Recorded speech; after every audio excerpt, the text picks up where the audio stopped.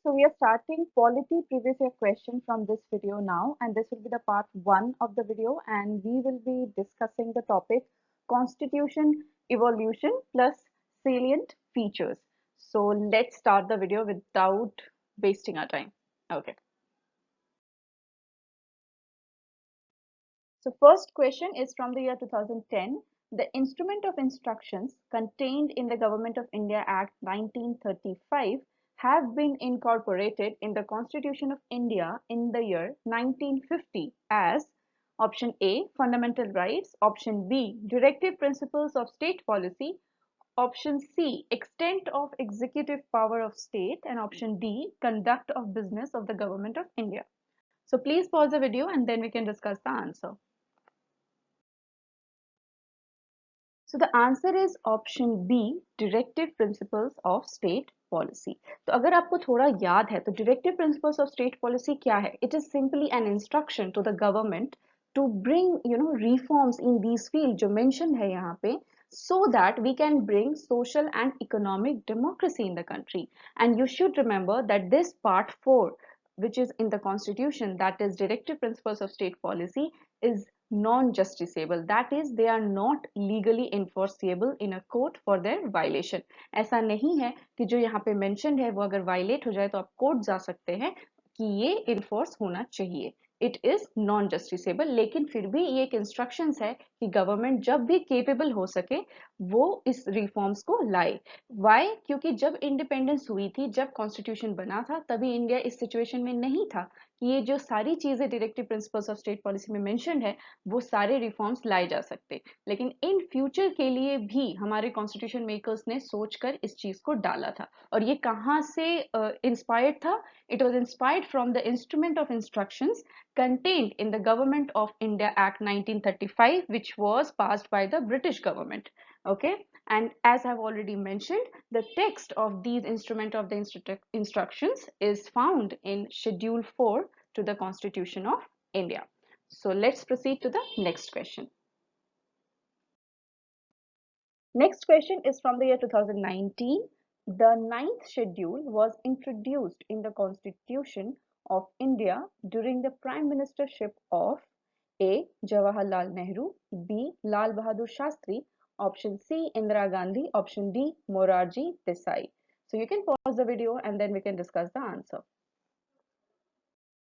Option A, Jawaharlal Nehru, and this schedule is actually very controversial and always in news. So you should know the details of the schedule. So this schedule was introduced in 1951 by the first amendment to the Constitution, and this contains a list of central and state laws which cannot be challenged in courts. Currently, there are 284 laws under its umbrella, and it includes a controversial Tamil Nadu law which provides for 69% reservation that goes very much beyond the 50% reservation limit which was kept by the Supreme Court. In fact, right now, I mean, अब तो खैर बहुत सारे reservation laws change हो गए हैं. Also, this schedule was created by the new Article 31B, which along with 31A was brought in by the government to protect laws related to agrarian reform and for abolishing the zamindari system. तो ये जब लाई गई थी ये इसलिए लाई गई थी कि जो land reforms के लिए जो भी laws वगैरह लाए जा रहे हैं उनको judicial review से बचाया जा सके.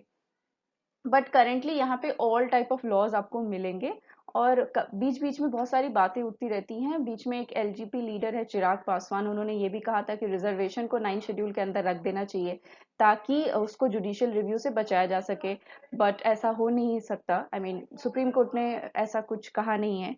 और एक चीज और जो इम्पोर्टेंट है वो ये है कि ये एक्चुअली फुल्ली अभी जुडिशियल ब्लैंकेट से बाहर नहीं है, क्योंकि सुप्रीम कोर्ट ने कहा है कि whatever laws are included in 9th schedule, these are under judicial review now, and if it violates the basic structure of the constitution or goes against fundamental rights, then Supreme Court can struck down that. So that is also very important. Okay, so let's proceed to the next question. Next question is from the year 2019 again. Under which schedule of the Constitution of India can the transfer of tribal land to private parties for mining be declared null and void? Option A, third schedule. Option B, fifth schedule. Option C, ninth schedule. Option D, 12th schedule. So please pause the video and then we can discuss the answer. So the answer is option B, fifth schedule. और ये schedule में हम scheduled areas और scheduled tribes से related जो है उनसे चीजें रिलेटेड फिफ्थ शेड्यूल में मेंशन है. और ये सारे जो प्रोविजंस हैं ये आर्टिकल 244 में बताए हुए हैं. सो आपको थोड़ा सा आइडिया होना चाहिए हर शेड्यूल में क्या है. Okay. And one more thing which I should mention here कि हम एक बार में सारे शेड्यूल्स नहीं करेंगे. जहाँ पे जो शेड्यूल मेंशन है study about that so that आपके पास थोड़े थोड़े करके इन्फॉर्मेशन सारे शेड्यूल्स के बारे में हो जाए. जैसे थर्ड शेड्यूल है तो थर्ड शेड्यूल में जो ओथ्स और अफर्मेशंस हैं उनसे रिलेटेड चीजें थर्ड शेड्यूल में है. ओथ इज लाइक जो लाइक एक मिनिस्टर लेता है होता है ना, oath of office, oath of secrecy. तो ये सारी चीजें थर्ड शेड्यूल में मेंशन होती हैं. नाइन्थ शेड्यूल हमने अभी अभी पढ़ा कि पहले गवर्नमेंट जब इसको लेकर आई थी 1951 में, it was to protect laws from judicial review. But आज के टाइम में it is not protected from judicial review क्योंकि सुप्रीम कोर्ट ने कह दिया है that whatever laws are included after April 24, 1973, they are open to judicial review. And you should know कि April 24, 1973 क्यों important हो जाती है, क्योंकि इसी डेट पे केशव नंदा भारती केस जिसके अंदर बेसिक स्ट्रक्चर डॉक्ट्रिन को इंट्रोड्यूस किया गया था वो जजमेंट आई थी. तो इसीलिए उसके बाद से ही सुप्रीम कोर्ट ने हर जगह ये डेट मेंशन किया है कि जो भी चीज इसके बाद आ रही है they are open to judicial review so that the laws do not violate the basic structure of the constitution. और नाइन्थ शेड्यूल में हमने ऑलरेडी पढ़ा है कि आर्टिकल 31B है. ओके. फिर twelfth schedule is related to municipalities. Okay. And the article which is concern with this is article 243W. So as per like आप देख सकते हैं कि जब फिफ्थ शेड्यूल में हम शेड्यूल एरियाज और ट्राइब्स की बात करेंगे तो ऑब्वियसली जो भी transfer of tribal land to private parties for mining से रिलेटेड चीजें होंगी वो कौन से शेड्यूल में मेंशन होंगी? फिफ्थ शेड्यूल में. सो that is the right answer. Okay. Next question is from the year 2019. In the context of polity, which one of the following would you accept as the most appropriate definition of liberty? Option A, protection against the tyranny of political rulers. B, absence of restraint. Option C, opportunity to do whatever one likes. Option D, opportunity to develop oneself fully. So please pause the video and then we can discuss the answer. So the answer is option D, opportunity to develop oneself fully. सो आप देख सकते हैं कि हमारा जो Indian constitution है उसमें बहुत सारी चीजें मेंशन्ड है like protection of minority rights, provision of reservation, freedom of speech, expression. तो ये सब चीजें एक चीज दिखाती हैं कि हमारा कॉन्स्टिट्यूशन ये चाहता है कि हर एक इंडिविजुअल जो है इंडिया का वो अपने आप को फुल्ली डेवलप कर सके. तो हम लोग जो लिबर्टी प्रपोज कर रहे हैं इन Constitution of India, it is related to this. It is not related to protect against the tyranny of political rulers because they are not supposed to be tyrant as per the Constitution of India. In real life अगर होगा तो उसके लिए judiciary है. और आपका absence of restraint ये actually एक बहुत close option हो सकता है जो आप confuse हो सकते हैं B और D में. क्योंकि देखिए opportunity to do whatever one likes कोई नहीं ऑप्ट करेगा क्योंकि ऑब्वियसली ये तो कभी नहीं कहा जा सकता है ना कि आपको जो इच्छा हो आप वो करो. That is not what we mean by liberty. But absence of restraint से आप कंफ्यूज हो सकते हैं. तो आप हमेशा एक चीज याद रखिएगा कि जब भी यूपीएससी इस टाइप का कुछ क्वेश्चन पूछती है जो फंडामेंटल से रिलेटेड होता है, आपसे एक कंसेप्चुअल आइडिया पूछती है. एंड रिसेंटली यूपीएससी हर साल एक ऐसा क्वेश्चन दे रही है जहां पे वो आपसे एक आइडिया के बारे में पूछती है, एक आइडियोलॉजी के बारे में पूछती है. तो वहां पे आप जाइएगा with the best option. Okay. जैसे यहाँ पे opportunity to develop oneself fully is the best option you can go for. So go for that. Okay. So yes, let's proceed to the next question. Next question is again from the year 2019. With reference to the Constitution of India, prohibitions or limitations or provisions contained in ordinary laws cannot act as prohibitions or limitations on the constitutional powers under Article 142. It could mean which one of the following? Option A, the decisions taken by the Election Commission of India while discharging its duties cannot be challenged in any court of law. Option B, the Supreme Court of India is not constrained in the exercise of its powers by laws made by the Parliament. Option C, in the event of grave financial crisis in the country, the President of India can declare financial emergency without the counsel from the cabinet. Option D, state legislatures cannot make laws on certain matters without the concurrence of union legislature.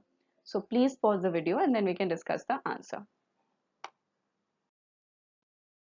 सो ये fully knowledge based question है। आपको article 142 के बारे में अगर idea है तो आपको समझ में आएगा कि ये इनफैक्ट आपको अगर सुप्रीम कोर्ट के आसपास के आर्टिकल्स पता है तो आपको ये पता होगा कि आर्टिकल 143 में president has to consult Supreme Court जब उनको वैसा लगे कि मुझे ज़रूरत है सुप्रीम कोर्ट के थोड़े रिकमेंडेशंस की या गाइडेंस की।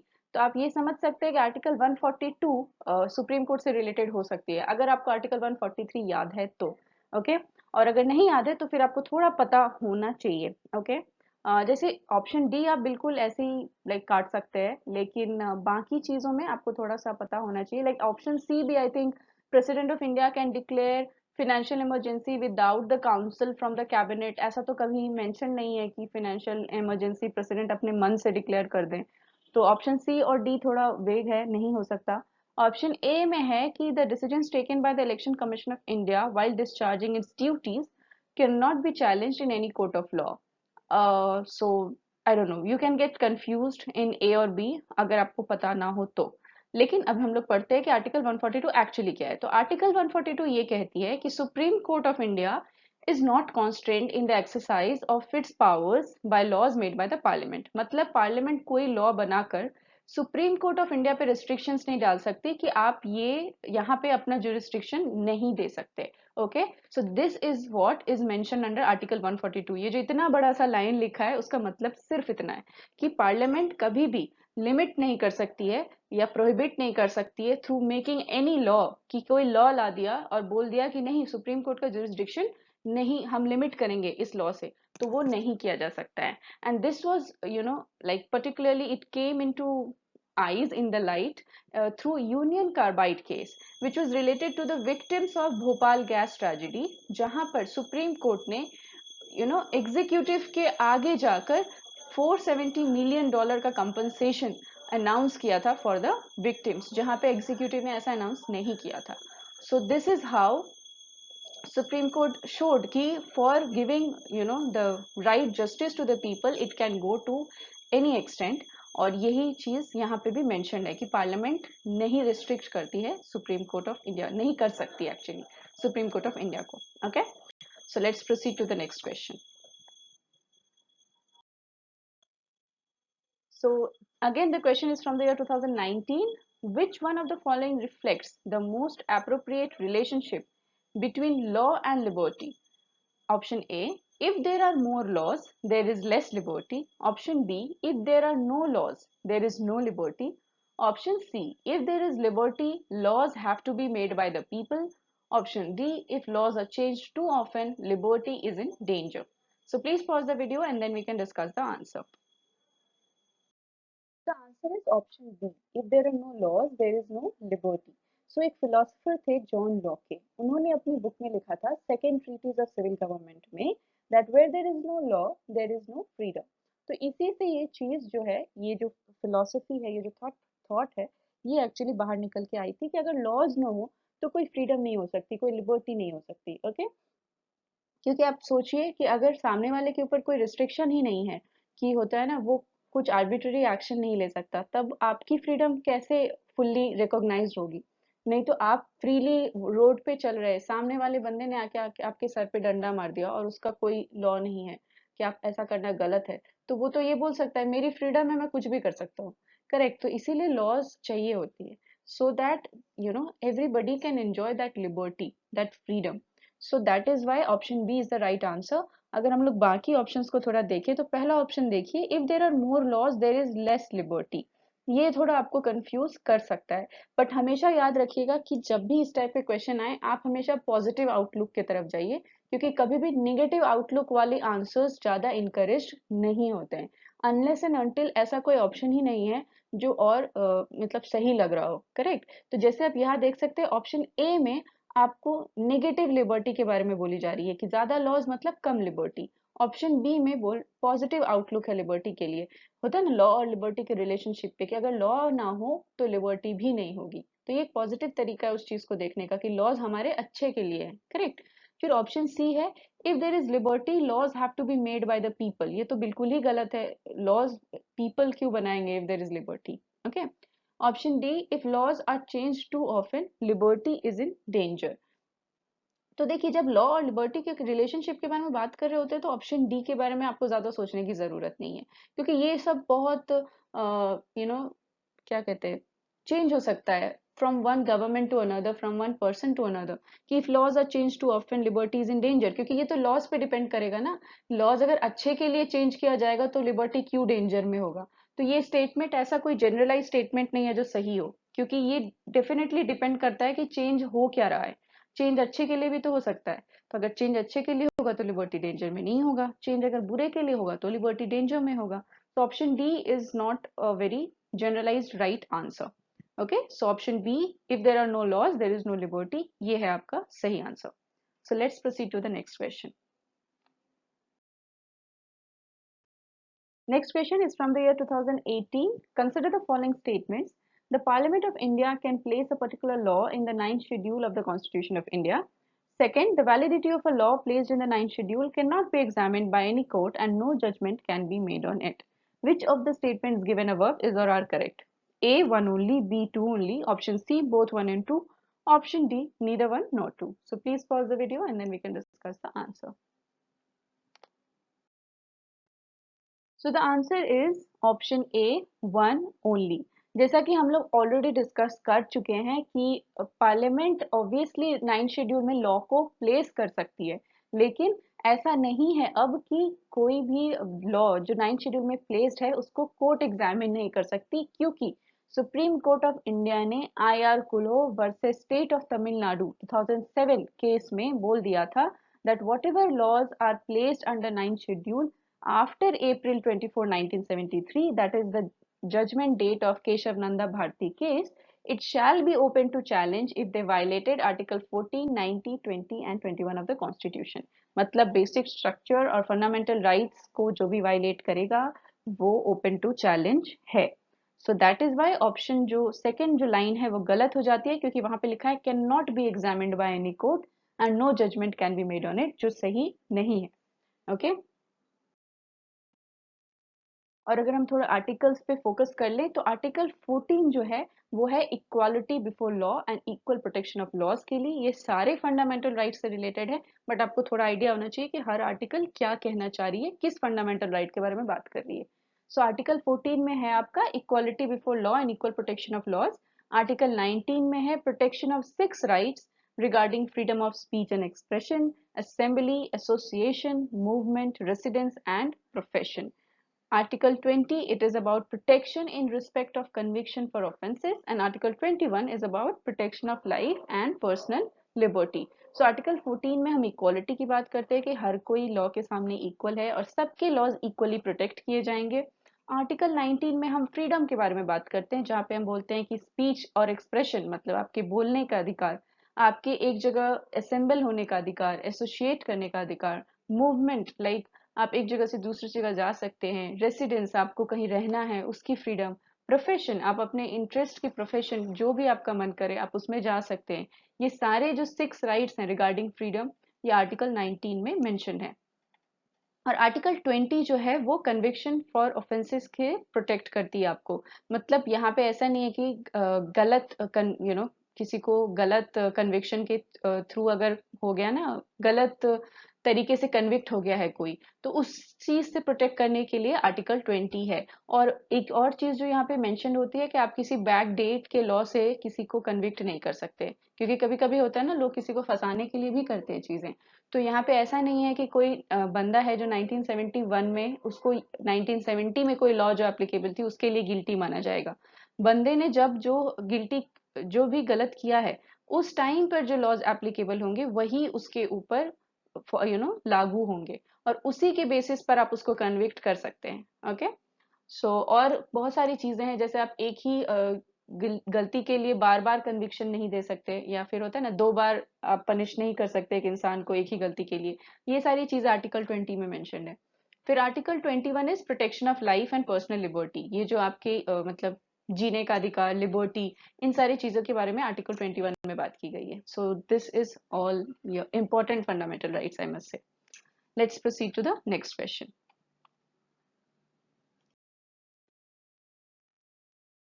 Next question is from the year 2017. Which one of the following objectives is not embodied in the preamble to the Constitution of India? A. Liberty of thought. B. Economic liberty. C. Liberty of expression. D. Liberty of belief. So please pause the video and I'll discuss the answer.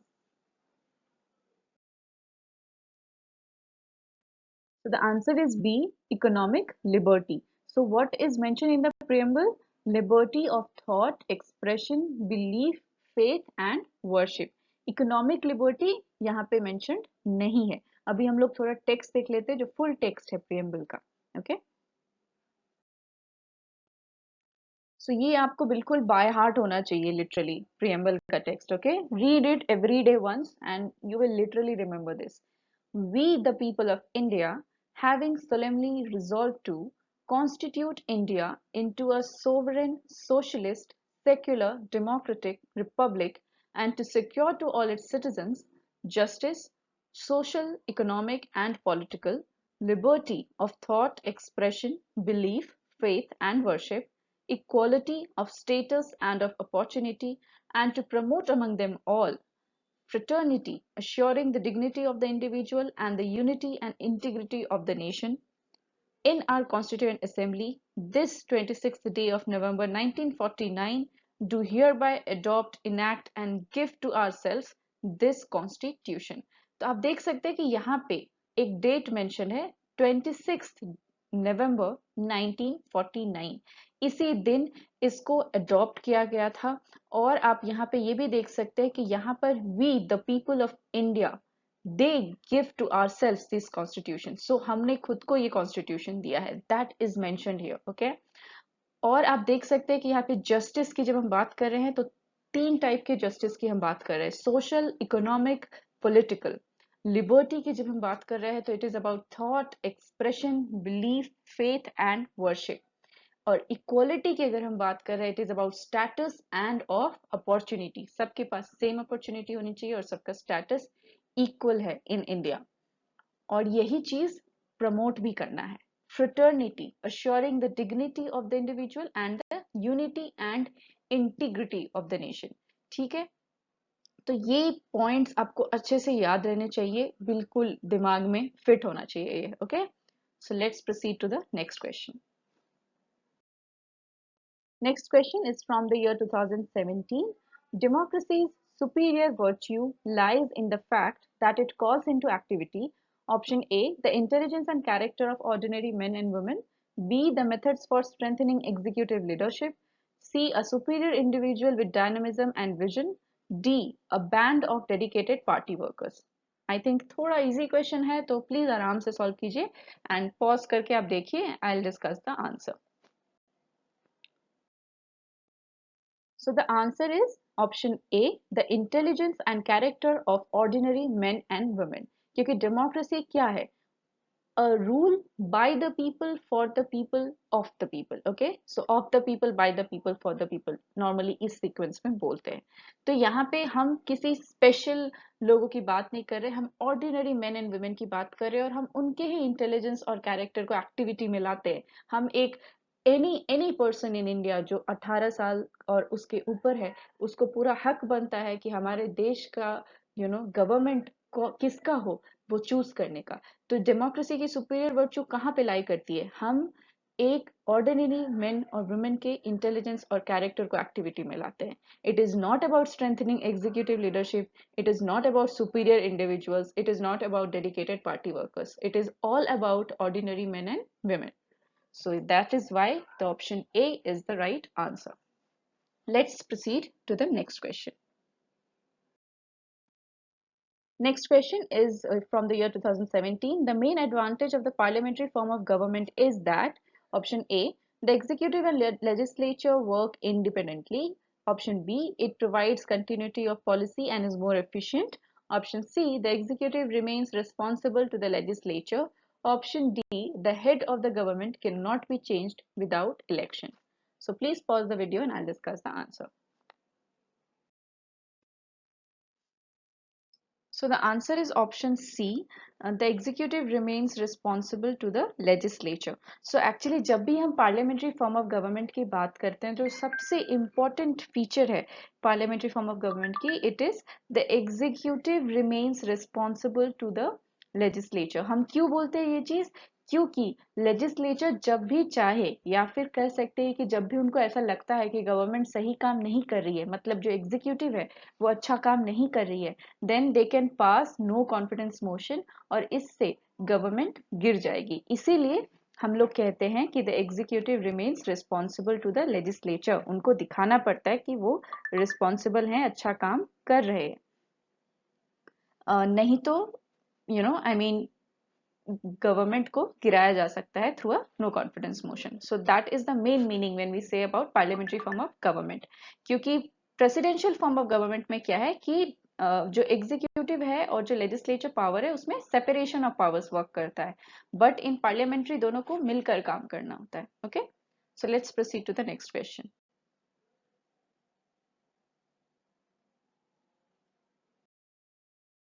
Next question is from the year 2017. The mind of the makers of the Constitution of India is reflected in which of the following?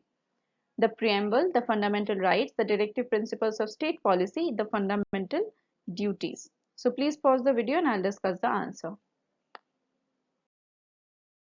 So the answer is option A, the preamble.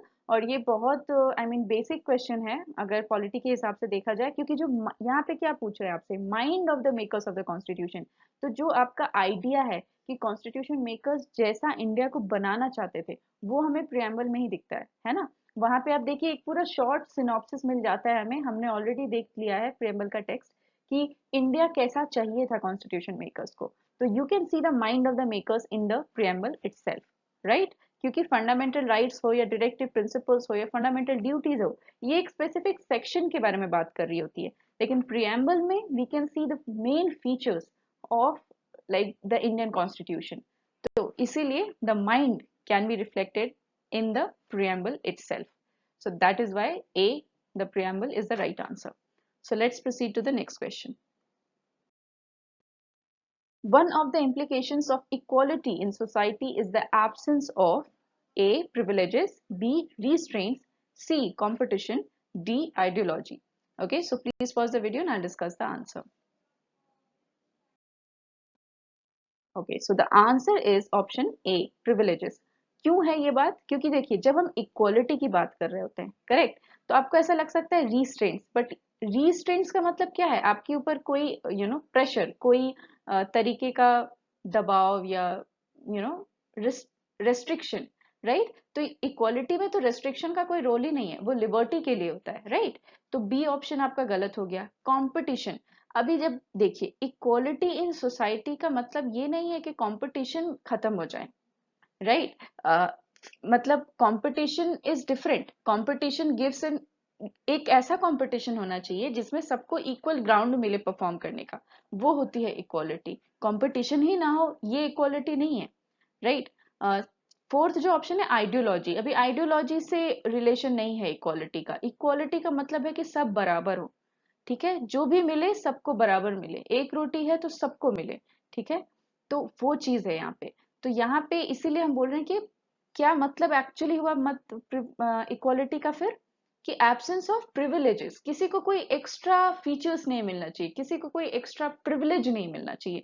इसीलिए हमारे जो Indian constitution में आप देखिएगा abolition of titles भी किया गया था, क्योंकि क्या होता था उससे ऐसा लगता था कि वो बंदा ज्यादा प्रिविलेज्ड है, राइट. सो ये चीज हमारे कॉन्स्टिट्यूशन में बहुत प्यार से रखी गई थी कि इक्वालिटी का मतलब ही यही है कि एब्सेंस ऑफ प्रिविलेजेस, किसी को कोई एक्स्ट्रा प्रिविलेज नहीं दी जाएगी. And we have already read about article 14 which we stands for equality of law and equal protection of laws. तो ये थोड़ी चीजें आप दिमाग में रख सकते हैं. Let's proceed to the next question. Which one of the following statements is correct? Right are claims of the state against the citizens. Rights are privileges which are incorporated in the constitution of a state. Rights are claims of the citizens against the state. And option D, rights are privileges of a few citizens against the many. So please pause the video and then we'll discuss the answer. Again ये फिर से आपका एक basic के साथ खेलना जो है ना, अभी बहुत चल रहा है ये पॉलिटी में, स्पेशली यूपीएससी खेल रही है कि आपको अंडरस्टैंडिंग है कि नहीं, लाइक राइट्स का मतलब क्या होता है, ये सब बहुत एक बेसिक वर्ड्स टर्मिनोलॉजीज उठाकर खेला जा रहा है, करेक्ट। तो आप यहाँ पे देखिए, हम लोग फर्स्ट ऑप्शन से शुरू करते हैं। पहला ऑप्शन क्या है, rights are claims of the state against the citizens. अभी स्टेट तो कुछ क्लेम नहीं करती है अगेंस्ट द सिटीजन्स, मतलब राइट्स जो है इंडिविजुअल राइट्स होते हैं, हमारे सिटीजन्स के राइट्स है। फंडामेंटल राइट्स किसको दिया गया है, सिटीजन्स को, स्टेट को नहीं। तो इसीलिए स्टेट का क्लेम नहीं होता है ये। तो ऑप्शन ए आपका गलत हो गया। Option B is rights are privileges which are incorporated in the constitution of a state. अभी प्रिविलेज नहीं दिया है वो, हमने हमने होता है ना एक अधिकार दिया है। राइट्स का मतलब क्या है कि अधिकार, वो प्रिविलेज नहीं है।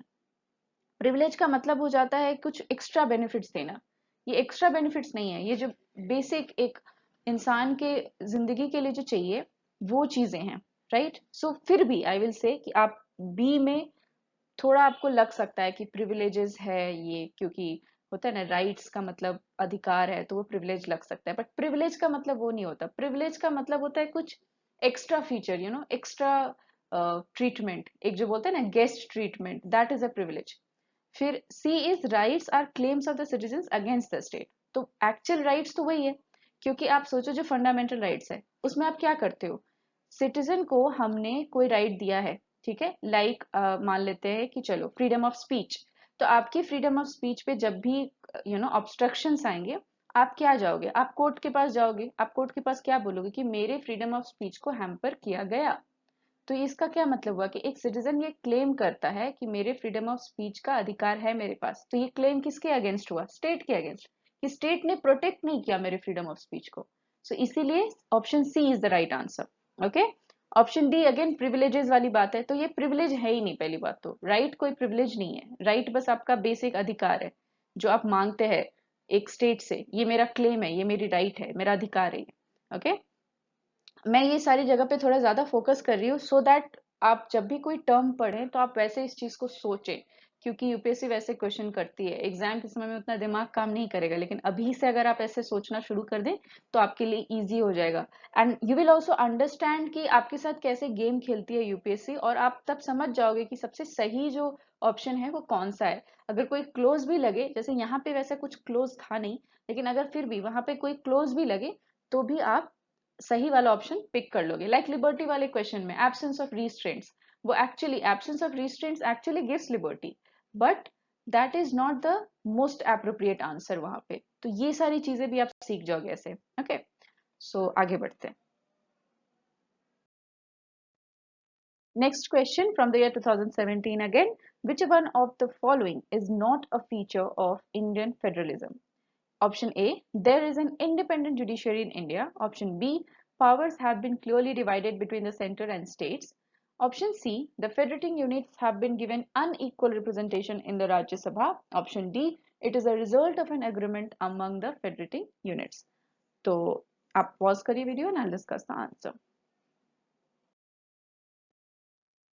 सो इंडियन फेडरलिज्म के बारे में जब हम लोग फिर से लक्ष्मीकांत में पढ़ेंगे तो आप देखिएगा वहां पे एक लाइन सबसे क्लियरली मेंशन है that Indian federalism is not the result of an agreement among the federating units like the United states of America.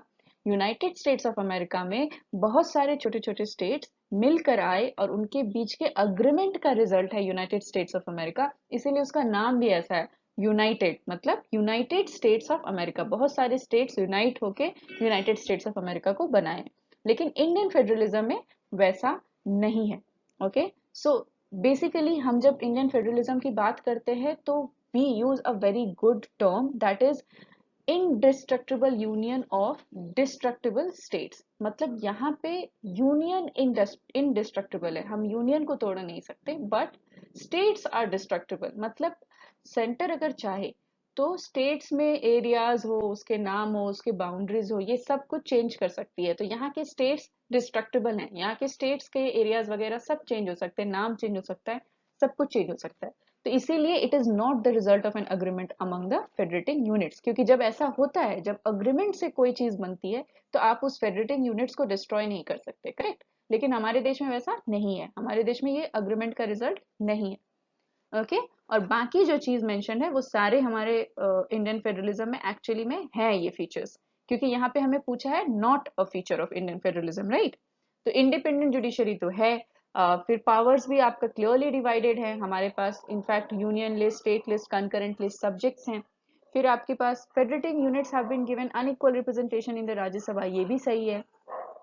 तो हमारे एक्चुअली आप देखिएगा कि पॉपुलेशन के बेसिस पे रिप्रेजेंटेशन होता है। So yes it is unequal होता है ना, जिस जहाँ पे ज्यादा चाहिए वहां पे ज्यादा रहता है। Okay and I am sorry यार, हर दिन जब मैं वीडियो बना रही होती हूँ पता नहीं मेरे कॉलोनी के कुत्तों को क्या हो जाता है, but I am really sorry, कितना पॉज करूँ, है ना। कुत्तों प्रेमी एंजॉय द शो। अब पता नहीं चुप हो गए, चलो अगले क्वेश्चन पे। Next question is from the year 2017. Right to vote and to be elected in India is a fundamental right, natural right, constitutional right, legal right.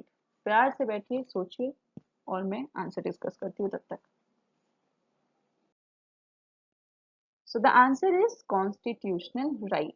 अभी फंडामेंटल राइट्स में कहीं भी राइट टू वोट या to be elected mention नहीं है, तो option A जो है पहली बार कट गया। ओके और देखो यार, नेचुरल राइट्स की बात तो खैर मतलब नेचुरल राइट क्या होता है, मतलब सांस लेना, ये नेचुरल राइट है, ठीक है। Right to vote and to be elected, ये तो तुम्हारा नेचुरल राइट नहीं हो सकता। ओके फिर लीगल राइट, अभी यहाँ पे दो ही सवाल उठते हैं, कॉन्स्टिट्यूशनल राइट होगा या लीगल राइट होगा, क्योंकि फंडामेंटल राइट थोड़ा भी पढ़ा है अगर फंडामेंटल राइट्स, तो पता है कि फंडामेंटल राइट में तो ये मेंशन नहीं है, ठीक है। तो लीगल और कॉन्स्टिट्यूशन में कंफ्यूजन हो सकता है, लेकिन अगर थोड़ा और पुश किया जाए दिमाग को तो याद आएगा कि आर्टिकल 325 में लिखा हुआ है, और आर्टिकल ना भी याद आए तो ये याद आएगा कि कॉन्स्टिट्यूशन का जब आप लक्ष्मीकांत पढ़ते हैं मतलब आप कॉन्स्टिट्यूशन के बारे में नॉर्मली पढ़ रहे हैं। तो वहां पे एक बहुत सारी जगह पे ये चीज मेंशन है that no person to be ineligible for inclusion in or claim to be included in a special electoral roll on grounds of religion, race, caste और sex। मतलब हम किसी भी electoral roll में किसी को ये नहीं बोल सकते कि आप eligible नहीं हो inclusion के लिए on the ground of religion, race, caste और sex। तो इसीलिए जो है ये right to vote and to be elected in India is a constitutional right. अभी आप याद कर सकते हैं, अगर आपको नहीं पता था कोई बात नहीं, आप सीख लीजिए यहाँ पे। ओके सो आर्टिकल 325 में ये चीज बोली गई है, आप याद कर लीजिए। सो let's proceed. Next question from the year 2014. There is a parliamentary system of government in India because option A, Lok Sabha is elected directly by the people. Option B, Parliament can amend the constitution. Option C, Rajya Sabha cannot be dissolved. Option D, Council of Ministers is responsible to the Lok Sabha. Repeated question, बहुत ही मिलता जुलता सवाल, आराम से solve कीजिए and I can discuss the answer. Then pause the video please. So the answer is option D, Council of Ministers that is responsible to the Lok Sabha. So ये हमने already discuss कर लिया है कि parliamentary system of government का मतलब क्या होता है। The executive will remain responsible to the legislature. So here we can see that it is mention कि council of ministers is responsible to the Lok Sabha, और काउंसिल ऑफ मिनिस्टर्स ही तो है executive, correct. और लोकसभा वो उस लेजिस्लेचर जिसकी बात हम कर रहे हैं, क्योंकि राज्यसभा तो गिरा नहीं सकती सरकार, लेकिन लोकसभा गिरा सकती है ना। अगर नो कॉन्फिडेंस मोशन पास हो जाए तो काउंसिल ऑफ मिनिस्टर्स का बैंड बच जाएगा। So yes that is why we say this government as parliamentary system of government, क्योंकि पार्लियामेंट्री सिस्टम ऑफ गवर्नमेंट में कोऑपरेशन से चलती है सरकार, ठीक है। लेजिस्लेचर और एग्जीक्यूटिव को हाथ में हाथ डाल के मिलजुल कर काम करना पड़ता है। प्रेसिडेंशियल सिस्टम ऑफ गवर्नमेंट में सेपरेशन ऑफ पावर्स होती है between the executive and legislature, अपने अपने डिपार्टमेंट से अपना अपना काम देखो। ओके सो यस वहां पे ऐसा नहीं है मतलब इम्पीचमेंट होता है प्रेसिडेंट का, बट ऐसा नहीं है कि सरकार गिर जाएगी पूरी. Okay, so yes. Next question is from the year 2014. Which one of the following schedules of the Constitution of India contains provisions regarding anti-defection? A. Second schedule, B. Fifth schedule, C. Eighth schedule, D. 10th schedule. So please pause the video and we'll discuss the answer. So the answer is option D, 10th schedule, and this is a very popular schedule. 10th schedule जो है ये actually anti defection के लिए popular है. और हम लोग अच्छे से डिटेल में पढ़ेंगे कि एंटी डिफेक्शन कब होती है, क्यों होती है. और आपको ये चीज समझना पड़ेगा कि ये ओरिजिनली कॉन्स्टिट्यूशन में थी नहीं. This was introduced in the constitution by the 52nd amendment 1985. तो ये 1985 में लाई गई थी क्योंकि तभी इतनी बुरी हालत हो गई थी कि लोग एक एक दिन में, मतलब एक फ्रेज बहुत पॉपुलर था, आया राम गया राम. बेसिकली एक पॉलिटिकल लीडर थे, उन्होंने एक दिन में 4 पार्टीज चेंज की थी. तो ये टेंडेंसी को रोकने के लिए एंटी डिफेक्शन लाया गया था. मतलब इसका ये होता है इन सिंपल टर्म्स कि अगर आप अपनी पार्टी के अगेंस्ट जाएंगे या पार्टी चेंज कर देंगे, जिस पार्टी के टिकट पे आप इलेक्ट हुए, अगर आप वो पार्टी को बीच में चेंज करने लगेंगे अपने टर्म में, तो आपको डिस्क्वालीफाई कर दिया जाएगा. आप अपने हाउस के मेंबर ही नहीं रहेंगे तब. मतलब आपने जिस पार्टी के टिकट पे इलेक्शन जीता है, आपको उस पार्टी के लिए लॉयल रहना पड़ेगा. यही कहना चाह रही है एंटी डिफेक्शन. और ये इसीलिए लाई गई थी क्योंकि सिचुएशन बहुत खराब हो गई थी, लोग पॉलिटिकल बेनिफिट्स के लिए एक पार्टी से दूसरे पार्टी जंप करते रहते थे. So to prevent that this was brought, and we will study this in more detail. So you can see that any member of parliament or state legislature will be deemed to be defected if he either voluntarily resigned from his party or disobeyed the directives of the party leadership on a vote. तो अगर कोई भी resign कर दिया अपने मन से ही सही, या फिर होता है ना जो पार्टी डायरेक्टिव्स थी उसको डिसोबे कर दिया एक वोट पे, तो उस मेंबर ऑफ पार्लियामेंट या स्टेट लेजिस्लेचर के मेंबर को हम लोग डिफेक्टेड मानेंगे and that person will be disqualified from the house. Also, independent members would be disqualified if they joined a political party. अभी independent members क्या है, वो तो किसी भी पार्टी पे elect नहीं हुए थे, तो वो भी कोई political party बाद में join नहीं कर सकते. आप independent घुसे हैं तो आपको independent ही रहना पड़ेगा. आपको अगर किसी government को support दिखाना है तो वो भी आपको independently support दिखाना पड़ेगा. होता है ना, ऐसा नहीं कि आप किसी पार्टी के member बन जाइएगा. ओके, और अगर आप ऐसा करते हैं तो you will be disqualified. Also यहाँ पे थोड़े exceptions हैं, like any person elected as speaker or chairman could resign from his party and rejoin the party if he demitted that post. तो यहाँ पे क्या है कि यहाँ पे रियायत दी गई है, exceptions हैं, like speaker या chairman resign कर सकता है अपनी पार्टी से, क्योंकि क्या है कि ये पोस्ट क्या है, यहाँ पे आपको थोड़ा इम्पार्शियल रहने की जरूरत है. स्पीकर है जो लोकसभा का हेड होता है और चेयरमैन है जो राज्यसभा का हेड होता है. तो इनको ये एक अच्छा पोस्ट है, हेड ऑफ द पोस्ट है, तो इसीलिए यहाँ पे इम्पार्शियल रहने के लिए कभी कभी लोग अपनी पार्टी से रिजाइन कर देते हैं ताकि पार्शियलिटी ना करे वो लोग, ठीक है, या पार्टी के दबाव में कुछ गलत फैसले ना ले लें. लेकिन इनको डिफेक्ट नहीं माना जाता क्योंकि these people hold that kind of post. और ये लोग जब इनके ये पोस्ट खत्म हो जाती है तो ये फिर से अपनी पार्टी को रिजॉइन कर सकते हैं. Also a party could be merged into another if at least two-thirds of its party legislators voted for the merger. दो पार्टीज मर्ज कर सकती हैं अगर 2/3 ऑफ पार्टी लेजिस्लेचर, एक पार्टी के 2/3 लोग ये वोट कर दे कि हमें ये मर्जर चाहिए. इसका मतलब हो जाता है कि एक बहुत बड़ा सेक्शन ये चीज चाहता है. मतलब यहाँ पे कोई पॉलिटिकल होता है ना, इंडिविजुअल पॉलिटिकल मोटिव नहीं है, कुछ बिगर इंटरेस्ट के लिए ये लोग मर्ज करना चाहते हैं और इसीलिए इसको एक्सेप्शन के तौर पे देखा जाता है. ओके, और एक चीज है कि the law initially permitted splitting of parties but that has now been outlawed. तो जैसे कि मर्जिंग अलाउड है तो पहले स्प्लिटिंग भी अलाउड थी कि एक पार्टी दो पार्टी में स्प्लिट हो गई, लेकिन अभी वो चीज लॉ में नहीं है, अभी ये परमिशन नहीं है. आप मर्ज कर सकते हैं, स्प्लिट नहीं कर सकते. So that was all about anti-defection law, which is mentioned in the 10th schedule. Next question is from the year 2013. Economic justice as one of the objectives of the Indian Constitution has been provided in option A, the preamble and fundamental rights, option B, the preamble and the directive principles of state policy, option C, the fundamental rights and the directive principles of state policy, option D, none of the above. So please pause the video and I'll discuss the answer. So the answer is option B, the preamble and the directive principles of state policy. तो अगर आपने preamble वाला जो हमने text पढ़ा था आपको याद है तो आपने देखा होगा वहां हमने मेंशन किया था justice, social, economic and political. तो वहां पे इकोनॉमिक जस्टिस मेंशन्ड है, तो preamble तो होगा ही, तो ए बी तो मतलब उसमें से एक तो होना ही होना है। दूसरा चीज है कि फंडामेंटल राइट्स में इकोनॉमिक जस्टिस कहीं मेंशन नहीं है, लेकिन directive principles of state policy में क्लियरली इस चीज को मेंशन किया गया है। और आप अगर थोड़ी सी चीजें और याद रखना चाहें तो जो directive principles of state policy है वो economic and social and economic democracy के लिए काम मतलब बहुत सारे फीचर्स को रखती है, वहां पे प्रोविजंस रखती है। और उसी में से एक है आर्टिकल 38, जहां पे लिखा गया है that to promote the welfare of the people by securing a social order permeated by justice, social, economic and political, same जो प्रियम्बल में लिखा हुआ है, and to minimise inequalities in income, status, facilities and opportunities. So basically यहाँ पे ये कहना चाहते हैं कि गवर्नमेंट को लोगों का वेलफेयर प्रमोट करना चाहिए। कैसे? जस्टिस हर तरीके का, लाइक सोशल, इकोनॉमिक या पॉलिटिकल, इसको सिक्योर करके और किसी भी तरीके की इनइक्वालिटी को कम करके, चाहे वो इनकम में हो, स्टेटस में हो, फैसिलिटी में हो या अपॉर्चुनिटीज में हो। तो ये सारी चीजें mentioned है in the directive principles of state policy और इसीलिए option B is the right answer.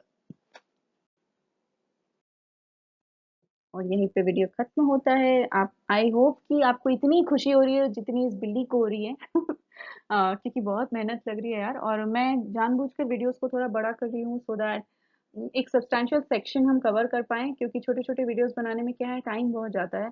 Because videos upload होती हैं, फिर too many things go into that which goes like hidden. तो मैं चाहती हूँ कि हम लोग कंटेंट पे फोकस करें जितना ज़्यादा। अगर हम एक वीडियो में बहुत ज़्यादा बड़ा मैं नहीं बनाना चाहती, फिर लोग देखते नहीं हैं, मन नहीं करता ना सबको कि अरे अब 2 घंटे की वीडियो हमेशा इच्छा नहीं होती। तो मैं इसीलिए छोटे-छोटे वीडियोस बनाती थी ताकि आप ब्रेक्स में भी देख पाएँ। तो मैं आपको बोलूँगी अभी भी आप ब्रेक्स में देखो, कोई टेंशन नहीं है। लेकिन अगर आप एक बार में देखना चाहते हैं वो भी सजेस्टेड है, आप देख सकते हैं। अच्छा खासा सेक्शन कवर करेंगे हम लोग, ऐसा नहीं है। For taking 45 minutes it will be worth it. Okay, so this was all I wanted to tell you all, and thank you so much for watching the video. I'll see you in the next video. Bye bye.